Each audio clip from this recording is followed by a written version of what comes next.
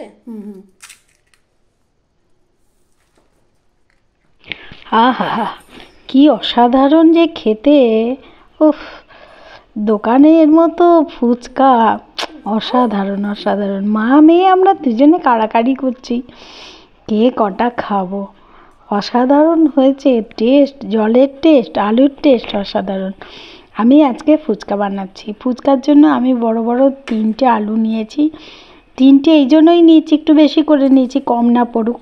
আর ভিজিয়ে দিয়েছি ছোলা, ভিজিয়ে দিয়েছি আমি সবুজ মটর, এমনি মটর দিয়ে নিই।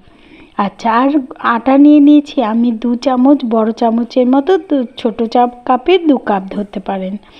2 কাপও নয়, আরও অল্প।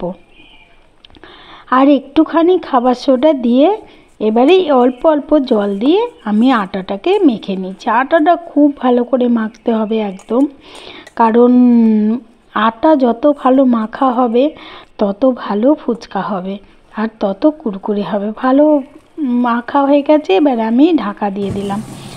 আর আলু ওইদিকে সিদ্ধ হচ্ছে, এদিকে আমি কড়াই দিয়ে দিয়েছি চাটুতে গরম মশলা, জিরে, মৌরি, একটু জোয়ান আর শুকনো লঙ্কা। ব্যাস এইগুলোকে ভেজে নেব। ভেজে নেওয়া হয়ে গেছে, এগুলো গুঁড়োও করে নিয়েছি। আর আটাটাকে এইভাবে লম্বা লম্বা করে আমি করে নিয়ে কেটে নিয়েছি। 2টো লম্বা করে নিয়ে আর এই যে ছোট ছোট করে এক সাইজ করে কেটে নিয়েছি। নিয়ে এবার আস্তে আস্তে এবারে মাঝখানে আঙুল দিয়ে একটুখানি করে টিপে খালি বেলে নেওয়া, কিচ্ছু নাই। যে আর সামান্য একটু তেল, একদম সামান্য, যাতে তেল না ফুচকায় লাগে, সামান্য একটু তেল খালি ওই বেলেন চাকিতে আর যেটাই বেলবেন সেটাই দিয়ে দিতে হবে। আর বেলার সময় আমি ঢাকা দিয়ে দিয়ে বেলেছি যাতে না হাওয়া লাগে। ফুচকায় হাওয়া লাগলে ফুচকা কিন্তু মুচমুচে হবে না। দেখুন কি অসাধারণ ফুলেছে, আর দেখেই মনে হচ্ছে একদম মানে মুচমুচে হয়েছে। প্রত্যেকটা ফুচকায় একদম দেওয়ার সঙ্গে সঙ্গে ফুলে একদম ঢোল হয়ে যাচ্ছে। আর এইদিকে কেটে নিচ্ছি পুদিনা পাতা, ধনে পাতা আর কাঁচা লঙ্কা। এই যে এইভাবে বন্ধুরা, বাচ্চারা তো সবসময় ফুচকা, বাচ্চা কেন বড়রাই ভীষণ ভালো খায় ফুচকা। সেই জন্য ফুচকা খুব সহজেই বানানো যায় বাড়িতে, আর অনেকটাই হয়, অল্পতেই অনেকটা হয়। আমি নিয়ে নিয়েছিলাম, দুটোতে বেশ ঝাল ঝাল হবে, 3টে-4টে লঙ্কা নিয়ে নিয়েছি। আর গন্ধরাজ লেবুটাকে গোল গোল করে কেটে নিয়েছি। দেখলাম গন্ধরাজ লেবুটা খুব একটা রস নেই, কিন্তু গন্ধ তো আছে।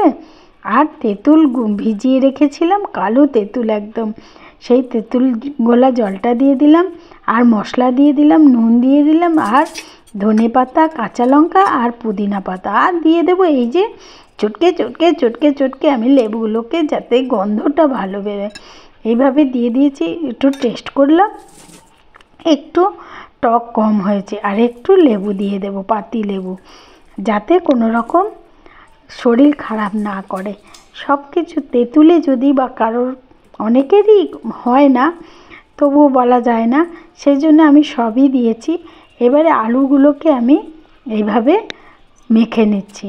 ফুচকার আলু সবসময় ওই আলু ছাড়িয়ে সিদ্ধ করলে হবে না, তাহলে টেস্ট হবে না। আলু চটকে নিয়েছি, নিয়ে এবারে দিয়ে দিলাম আমি যে গুঁড়ো করে রেখেছিলাম মশলাটা, সেইটা বেশ বড় চামচে 1.5 চামচ মতো ছোলা মটর, আর পুদিনা পাতা, ধনে পাতা, কাঁচা লঙ্কা, বিট নুন, নুন, আর দিয়ে দিয়েছি তেঁতুল জল দিয়ে ভালো করে মাখছি। মেখে এবারে একটু টেস্ট করে নিচ্ছি হাতে করে।